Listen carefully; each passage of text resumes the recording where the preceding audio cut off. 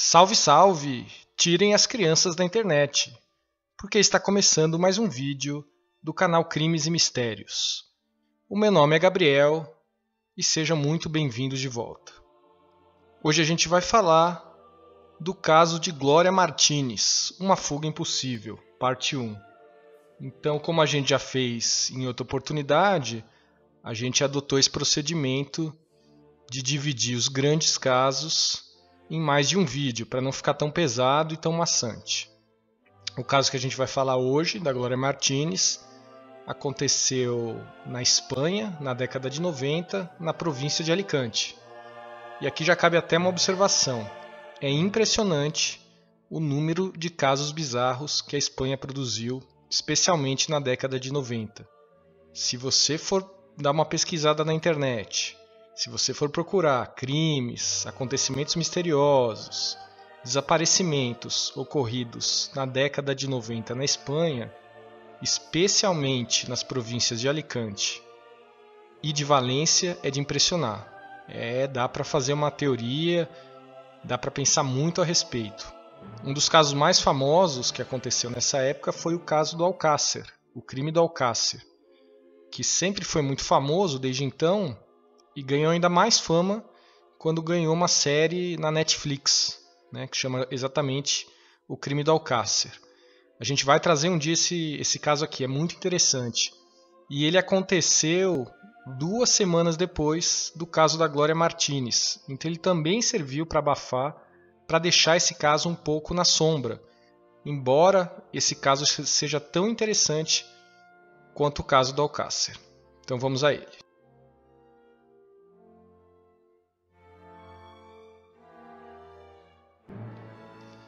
Glória Martínez Ruiz nasceu em 29 de janeiro de 1975, em Alicante, capital da província do mesmo nome, onde morava com seus pais, Álvaro Martínez e Isabel Ruiz, e sua irmã mais nova, Maria José.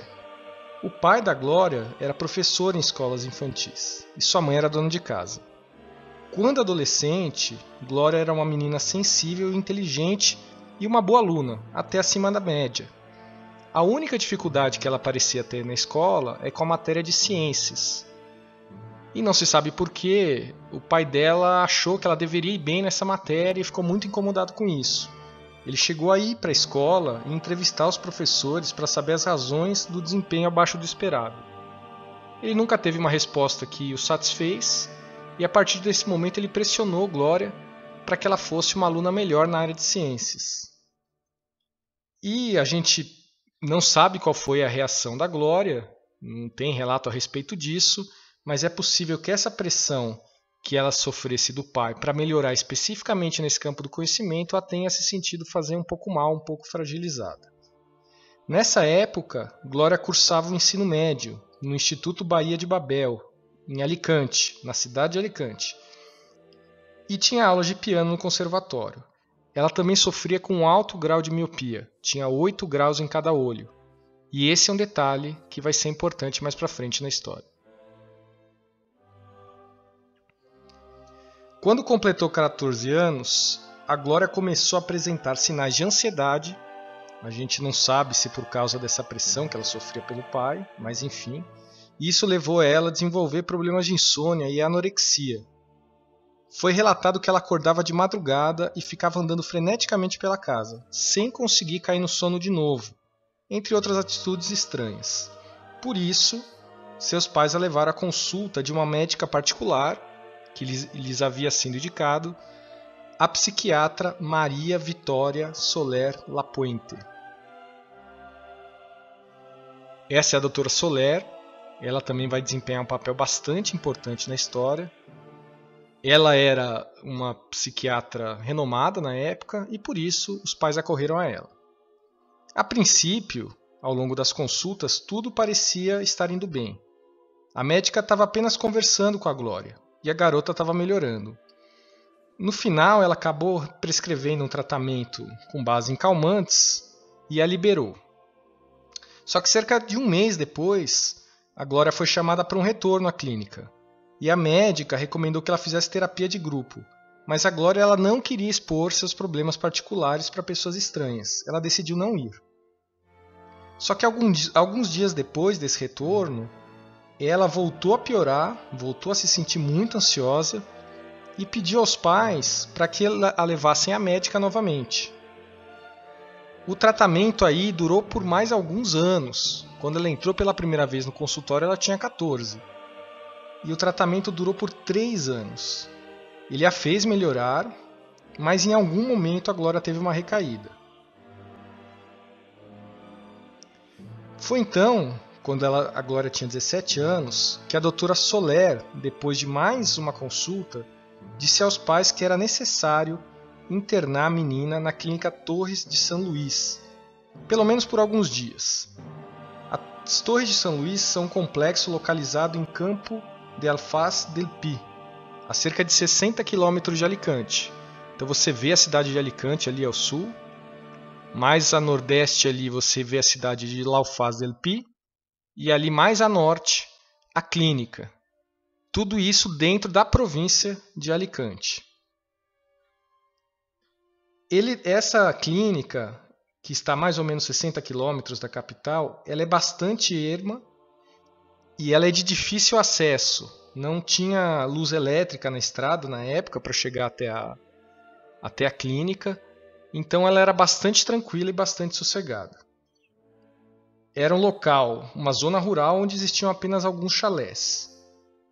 A clínica foi apresentada pela doutora Soler como uma clínica de luxo e um local de referência em tratamento psiquiátrico, que contava com as instalações mais luxuosas e modernas que à época existiam. Bom, essa é uma foto aérea da clínica Torres de São Luís, é uma foto da época. Vocês podem ver que é praticamente um resort, né? Tem piscina, quadras de tênis, complexos esportivos, tem bosques para caminhada. A parte interna da clínica tem aproximadamente o formato de uma praça, com torres nos 4 cantos. E são essas torres que dão nome ao complexo, né? Torres de São Luís. A torre principal, essa maior que vocês podem ver na foto, ela está localizada à esquerda da entrada. Pode ser acessada diretamente através de uma porta em arco e foi utilizada como recepção. Na clínica também havia consultórios médicos, escritórios, cafeteria, sala de jantar, cozinhas e diversos apartamentos e bangalôs, ou seja, praticamente um hotel de luxo. Os bangalôs, em um total de 14, eram utilizados para acomodar os pacientes e eram muito espaçosos, contando com quarto, banheiro e sala de estar. Essa parte do mapa aí em vermelho é um dos bangalôs, é o bangalô B1, que foi destinado a Glória Martínez. Você vê que ele está ao lado daquela torre maior, a torre de recepção, e ele era considerado um dos melhores bangalôs da clínica. Na verdade, a clínica inclusive ela estava destinada, ou ela foi projetada, a abrigar celebridades. Então ela cobrava de seus pacientes valores exorbitantes, mas por outro lado também era considerado muito tranquila, cercada por uma floresta muito exuberante e de difícil acesso, como a gente já falou, as estradas naquela época que levavam à clínica não eram iluminadas. Só que a princípio os pais da Glória não quiseram se separar da filha. Eles preferiam que ela fosse medicada em casa e ficasse com eles. A Glória também não queria ir. Só que nesse ponto a doutora Soler começou a insistir. E insistiu o máximo que pôde, chegando inclusive a usar alguns argumentos que eu considero rasteiros. Quando os pais argumentaram, por exemplo, que não podiam pagar as taxas excessivas de permanência na clínica, que naquela época eram de 45 mil pesetas por dia, ela falou: se vocês são capazes de pedir um empréstimo para comprar um apartamento ou um carro, por que não também pediriam para o tratamento da filha? Quando ela foi refutada mais uma vez, ela chegou ao ponto de dizer que, se a menina não fosse internada, ela, doutora Soler, abandonaria o tratamento da Glória. Ou seja, obrigou os pais praticamente a internar a menina. Ou eles internavam, ou ela não trataria mais. Por fim, para acabar de convencer os pais, a doutora Soler fez uma redução na taxa normal de pernoite para 30 mil pesetas diárias, o que totalizaria no fim do mês o que hoje corresponde mais ou menos a 6 mil euros, ou seja, um valor bastante alto, bastante pesado.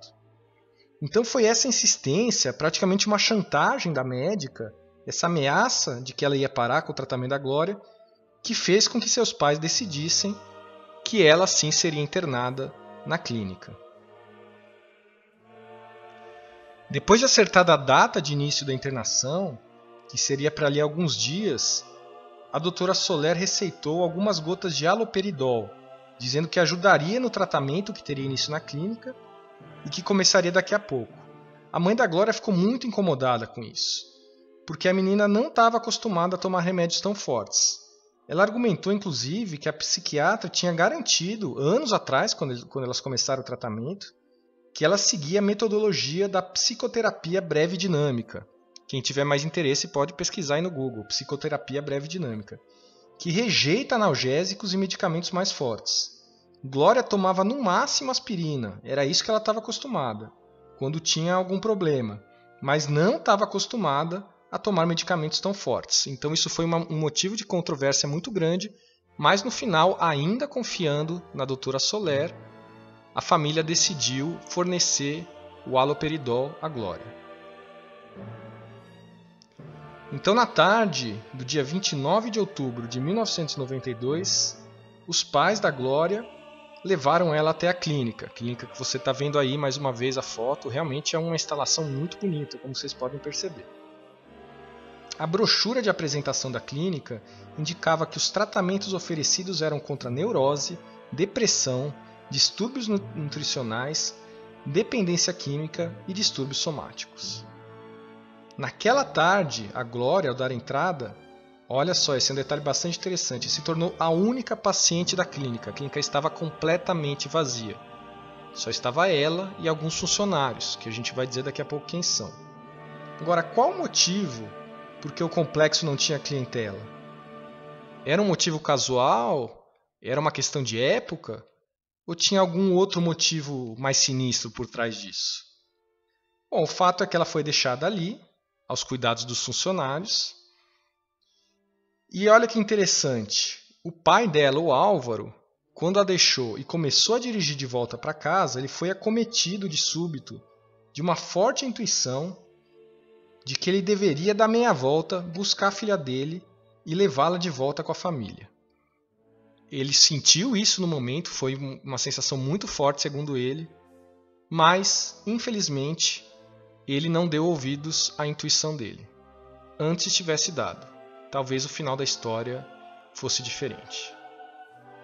Bom, pessoal, esse foi um vídeo curtinho, nós vamos ficando por aqui, justamente para não nos alongarmos demais. Essa história tem uma sequência muito interessante. Fiquem ligados que em breve chegará no nosso canal a parte 2 e final do caso Glória Martins. Por enquanto, um grande abraço para todo mundo, obrigado por ter acompanhado e até mais.